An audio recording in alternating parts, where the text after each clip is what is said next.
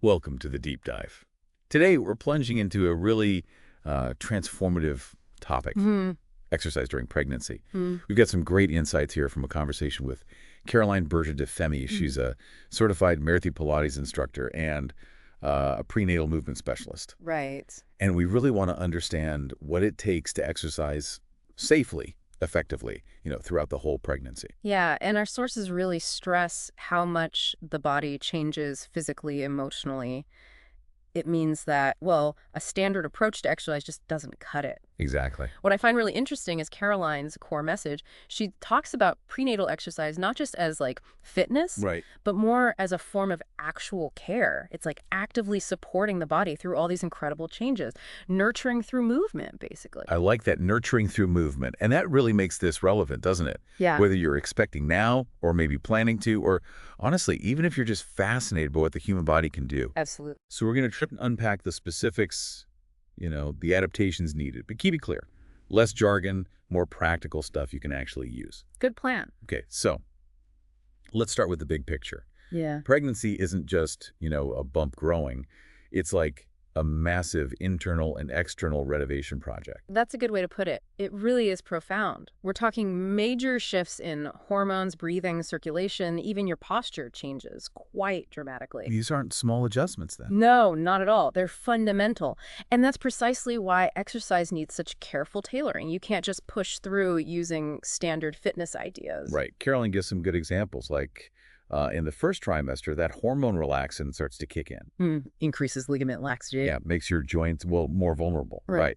And then later, say in the third trimester, just lying flat on your back, that can cause issues. Yeah, hypotension, low blood pressure. It really highlights that modifications aren't just optional extras. They are absolutely essential for safety. Okay, so essential modifications. How does this actually play out in terms of exercises for each stage? Well, that leads us right into the trimester-specific adaptations, which Carolyn lays out really nicely. She starts with the first trimester, describing it as a time to protect and appease. Protect and appease. I like that framing. Makes total sense when your body's just starting this huge shift. So what kind of movements fit that idea? The focus is really on gentle strengthening. Think about supporting the back and the front of the body. Caroline mentions some specific reformer exercises using the box. Oh, okay. Things like back rowing prep, it's a supported pulling motion, and front rowing prep. They help build some strength, but without, putting too much strain on anything. Gentle support. Exactly. Yeah. And she also mentions the side series, which targets the rotator cuff muscles in the shoulder. Good for stability. And didn't you mention something about cat stretch on the reformer too? In the hands and knees position? Yes, quadruped. It's a really lovely way to get the spine moving gently, using all the springs, and the platform gives a lot of support. Feels safe. Very.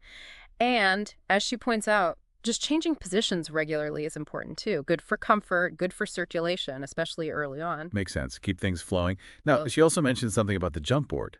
Footwork while lying on your side. Yeah, that's a great option. Low impact, gets the legs moving, helps with circulation. And she noted it's good for the second and third trimesters too, actually. Versatile then. And another simple but really smart modification for that first trimester, take off the shoulder rests on the reformer. Oh, why is that? Just creates a bit more space, across the chest, upper back as things start to shift and change shape. Ah, okay. Creating room. That makes sense. And the seated mermaid on the box. That sounds quite nice. It is. It's excellent for a gentle side stretch, helps release tension that can build up in the lower back, and again, promotes good circulation. So the reformer sounds like a really useful tool here. Hugely adaptable for prenatal work. And yeah, she did hint there's more to discuss later, like bringing in the Cadillac and the Edge, maybe? Ooh, looking forward to that. Okay, so first trimester. Protect, appease, gentle support. What happens when we move into the second trimester?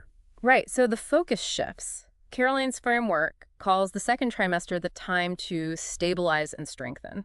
Okay, stabilize and strengthen. Why the shift? Well, this is typically when the baby bump becomes more noticeable and your center of gravity really starts to shift. So maintaining stability becomes much more of a priority. That makes perfect sense. You feel a bit less steady on your feet, maybe. Exactly. So exercises need to reflect that. Like what, for example? She mentioned things like the standing arm series. You could use the Cadillac for that, or even just a chair nearby for a bit of leg support. So you're strengthening, but also working on balance. Precisely. Engaging the core stability while standing. And just general balance work, done carefully, of course, is really beneficial for adapting to that changing weight distribution. Got it. Okay, fast forward to the third trimester. Things can start feeling, well, heavier, right? More challenging physically. Definitely. So the focus shifts again. The goal now is primarily to relieve and support mobility. Relieve and support mobility. So less about pushing strength gains. Much more about finding comfort and maintaining movement as the baby grows and puts more pressure on everything, joints, back, pelvis. What kinds of things help with that? Examples might include footwork on the Pilates chair, which can be done seated or standing with support. Mobility exercises using something like a stability ball can feel really good, or using the spine supporter for gentle back extension and release. So lots of tools to help find comfortable ways to move. Exactly. It really underscores that each trimester needs its own thoughtful approach, considering both the physical changes and the emotional needs, too. Absolutely. It's not just muscles and bones. Yeah. Now, you touched on breathing earlier, and Caroline really emphasized its importance. Why is breath such a big deal in prenatal exercise? Oh, it's critical. If you think about the physiology, as the uterus grows upwards, it physically pushes against the diaphragm. Main breathing muscle. Right, so that limits how much your lungs can expand downwards. But at the same time, your body actually needs more oxygen during pregnancy, about 20% more. Wow, 20%. That's significant. So less space, but more demand. How does Pilates breathing help? Well, Pilates teaches what's called lateral thoracic breathing. Okay. The focus is on expanding the rib cage out to the sides rather than just forwards or downwards where things are getting crowded. Oh, so you're breathing into the space you still have. Exactly. It allows for deeper, more efficient breaths without squashing the baby or feeling restricted. It really becomes a vital tool, for navigating those physical changes. That makes so much sense. Creating space laterally. Caroline gave an example. Coordinating breath with arm movements while seated. How does that work? Even with a simple movement like raising your arms, if you coordinate the effort, say, the lifting part with your exhale, it helps engage those deep core muscles naturally, supporting your posture. And focusing on that full sideways breath ensures you're getting the oxygen you need. It becomes, like she said, an essential tool for adapting. Okay, adapted movements, mindful breathing. Got it. But pregnancy also comes with specific risks we need to be aware of during exercise, right? Yeah. What did Caroline highlight? Yes, absolutely crucial. She pointed out 3 main ones to monitor carefully. First is diastasis recti. The separation of the abs. Exactly, the six-pack muscles separating along the midline. So it's really important to avoid exercises that cause too much forward bending of the trunk, like traditional crunches, that can make it worse. Right, protect that midline. Okay, what's number 2? Second is vena cava compression syndrome, sometimes called supine hypotension syndrome. The one you mentioned about lying on the back. That's the one. From the second trimester onwards, basically lying flat on your back for too long can compress a major vein, the vena cava, that returns blood to the heart. And that causes dizziness. Dizziness, low blood pressure, yeah. So you really need to limit exercises in that flat on your back position. Modify, prop yourself up, or choose different positions. Really important safety point. And the third risk? Pelvic instability. Because of the hormones, like relaxin and the shifting weight, the joints in the pelvis can become more mobile, sometimes unstable or uncomfortable. So what's the advice there? Caroline stresses favoring symmetrical movements, working both sides of the body evenly, and really focusing on strengthening the deep stabilizers, the transverse abdominis, that deep core muscle, and the pelvic floor. They provide crucial internal support. Deep stability work. Yes. And underpinning all of this is just attentive observation, really listening to your body's signals before, during, and after every session. That awareness is key. Absolutely. Listening to your body, always vital, but maybe even more so then. Now, shifting gears slightly, Caroline also talked about social connection in group prenatal classes. Yeah. Why is that aspect so important? Yeah, this is a really interesting point and maybe sometimes overlooked. Pregnancy can be a time of, heightened emotional vulnerability for many. Sure. Being in a group, sharing that journey with others who get it, it creates this sense of community. It helps normalize all the different feelings that come up. Makes you feel less alone. Exactly. It can break that sense of isolation some might feel. And honestly, it builds self-confidence too. That makes total sense.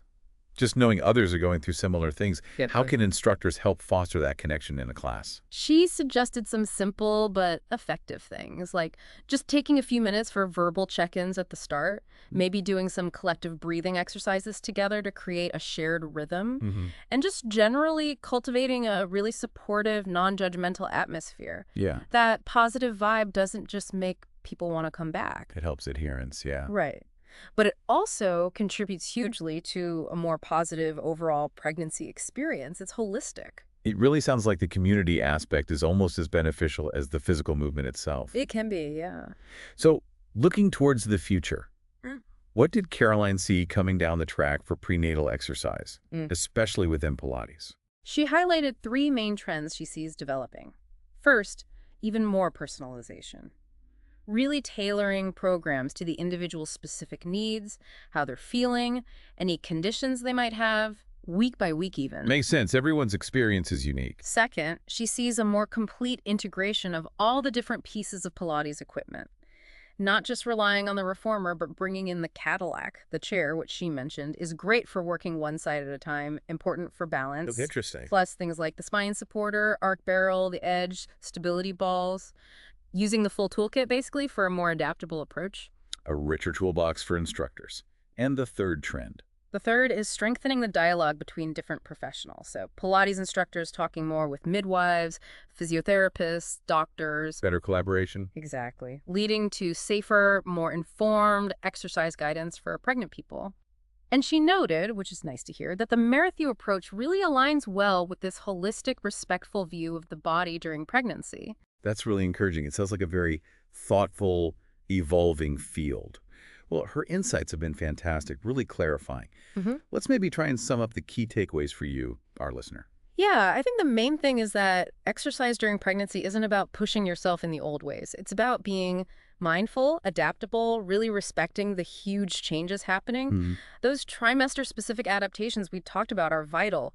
Focusing on that lateral diaphragmatic breathing is key. Right, the breathing. Being aware of the risks, diastasis recti, vena cava compression, pelvic instability, and modifying accordingly, and remembering the power of social support, that sense of community. It all contributes. It really does paint a picture of a very supportive, intelligent approach to movement during such a significant time. So as you think about everything we've discussed today, here's maybe a final thought to chew on. How might understanding these intricate adaptations of the pregnant body and the real benefits of this kind of mindful, tailored movement, how might that inform how we think about the body's resilience and the power of specific exercise during other major life stages? That's interesting. What other periods of significant physical transformation, maybe adolescence, menopause, injury recovery, might also benefit from such a nuanced, holistic approach to movement? Definitely some food for thought there.